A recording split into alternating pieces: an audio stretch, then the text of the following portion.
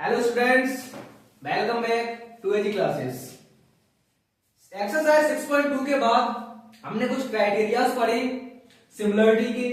अब उन सिमिलरिटी के क्राइटेरियाज के बेस पर एक एक्सरसाइज है एनसीईआरटी में, एक्सरसाइज 6.3, वो हम करने जा रहे हैं। दिस इज निखिल और आज हम स्टार्ट कर रहे हैं एक्सरसाइज 6.3 का क्वेश्चन पहला।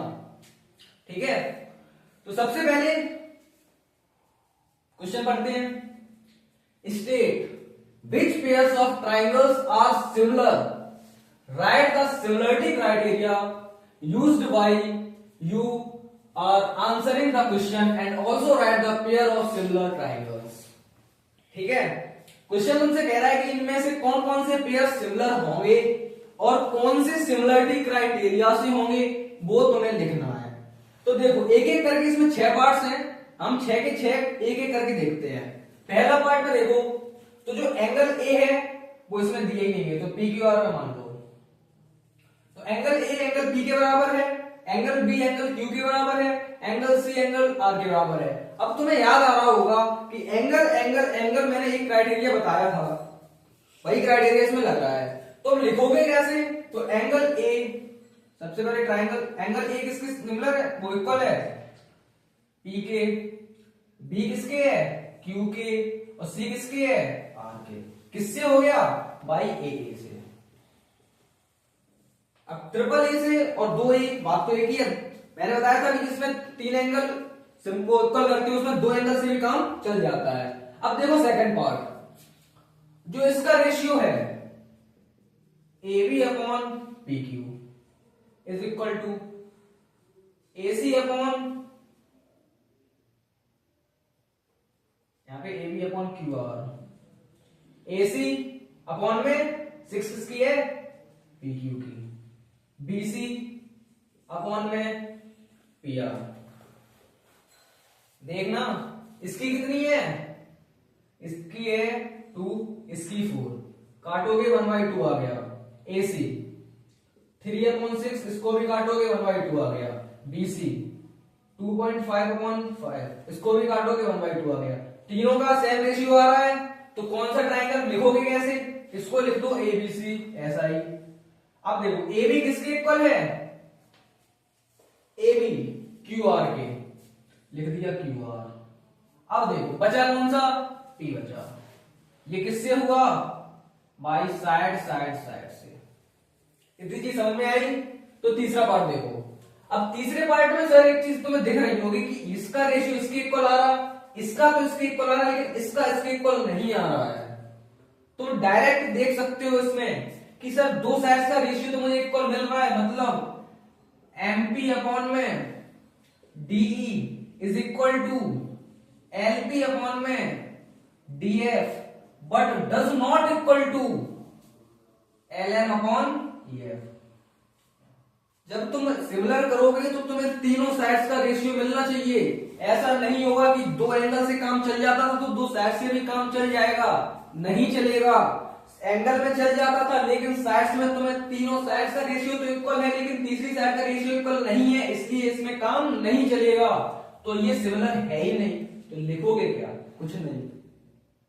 अब तुम सोच रहे हो कि 2 साइड हैं तो तीसरा भी कर देते हैं, ऐसा नहीं चलेगा, नहीं चलेगा। चौथा देखो, अब देखो एम एन अपॉन में पी क्यू, तुम्हें डायरेक्ट दिख रहा है, ये दुगनी है, ठीक है। एम एल अपॉन में क्यू आर, 2 साइड हैं लेकिन उनके बीच वाला एंगल है, ये देखो।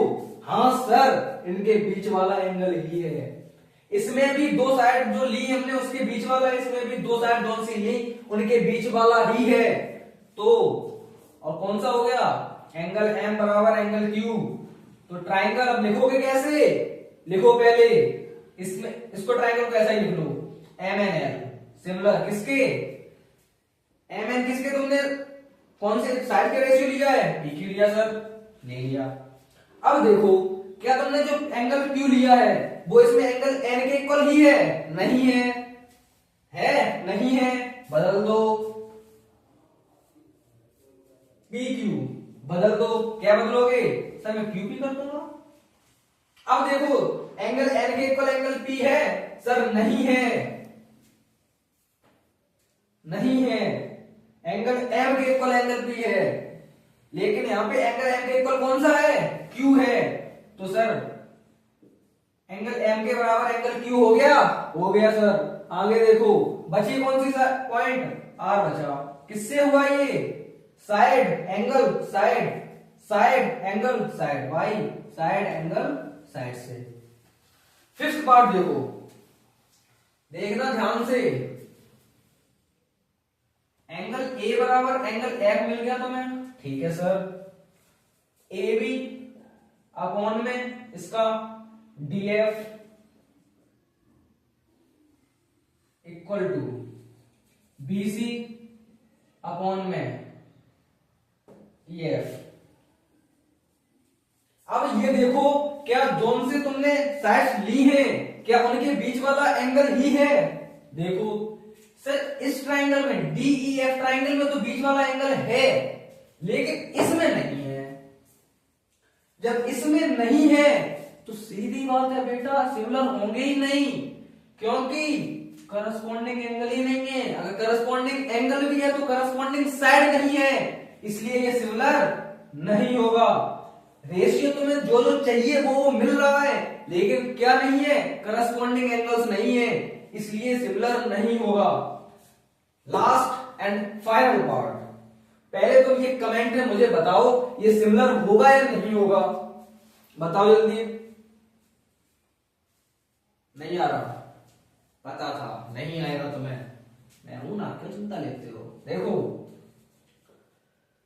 सर, एंगल डी कैसे सर, कैसे? उसमें तो 70 है ही नहीं है। रेस कर लो, तुम्हारी बात मैंने मान ली, लो मैंने ये कर दिया। सर ये होगा।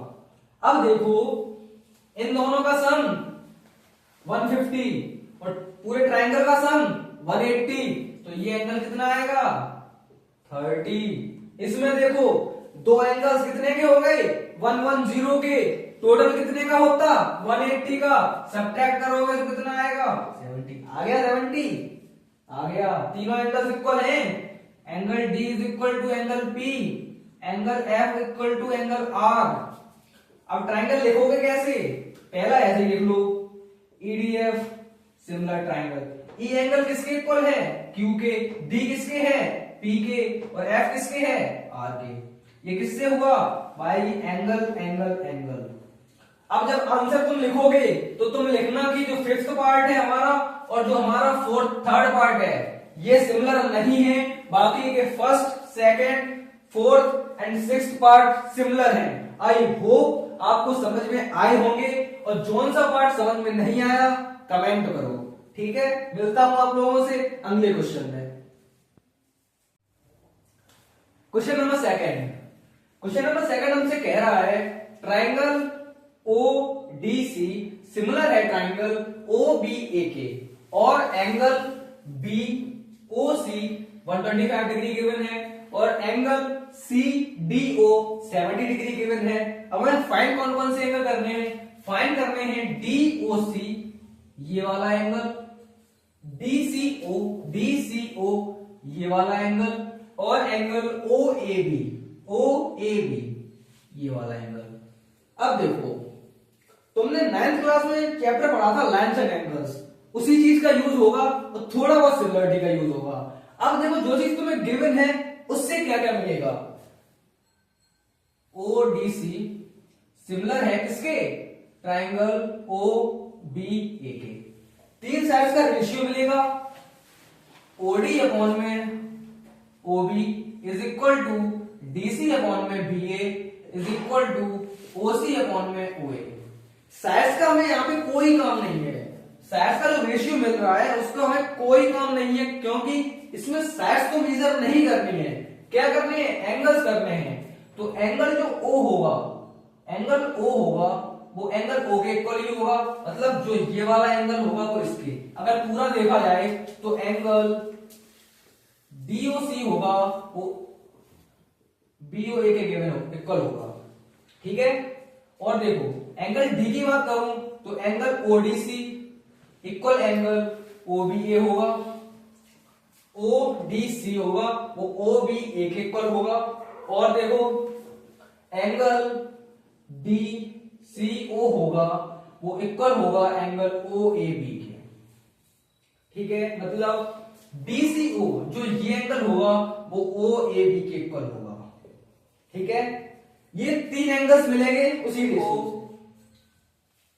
से। इसको मैंने x मान लिया, इसको मैंने y मान लिया और इसको मैंने z मान लिया।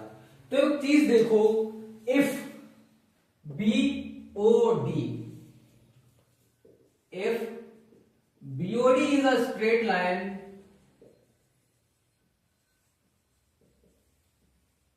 तो इसका जो 125 degree plus y is equal to 180 degree होगा। क्यों होगा सर? ये लीनियर पेयर है।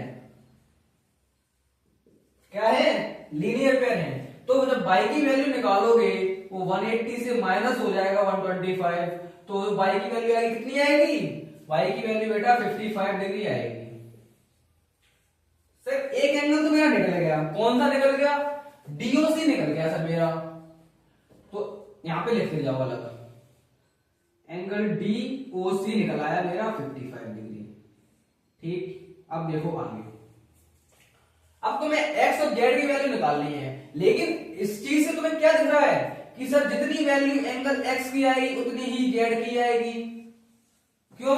क्योंकि ये देखो DCO एंगल x है, वो किसके इक्वल है? OAB के है। OAB कौन सा है? z है। जितनी वैल्यू x की आएगी उतनी ही z की आएगी। अब मुझे सिर्फ एक एंगल निकालना है, वो है x या फिर z। ठीक है, अब देखो इन ट्राइंगल DOC, तो मैं भी पता है कि एक ट्राइंगल में तीन एंगल्स होते हैं और तीन एंगल्स का सम कितना होता है? 180 डिग्री होता है सर। तो इस ट्राइंगल में देखो y plus x plus 70 degree is equal to 180 degree. कौन कौन सा?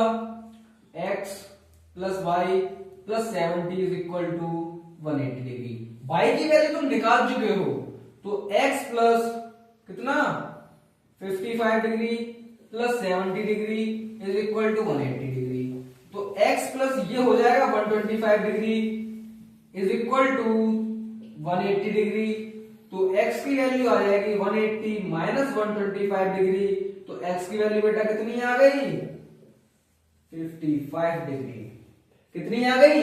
55 डिग्री आ गई। और जितनी x की आएगी उतनी ही z की आएगी। अब ये देख लो एंगल x कौन सा है? एंगल x है हमारा angle DCO is equal to 55 degree. दो निकल आए, एक और बचा। तो सर एंगल z भी तो 55 डिग्री होगा। क्यों होगा? क्योंकि z और x है तो एक ही। ये प्रूव कर चुके हैं। ये मुझे कहां से मिला था? ये मुझे मिला था जो ट्राइंगल्स गिवन थे सिमिलर, उससे निकाला था मैंने। ये देखो निकाले थे मैंने तीन एंगल्स, लास्ट वाले एंगल का यूज हुआ यहाँ पे, इसीलिए निकाले थे। तो एंगल z कौन सा एंगल है? एंगल z है OAB। Angle OAB 55 degree. तो सर मुझे यहाँ पे तीन एंगल्स निकालने थे, तीनों के तीनों 55 डिग्री आए हैं। आई होप आपको समझ में आया होगा। जहां पे समझ में नहीं आया वहीं पे कमेंट कर दो।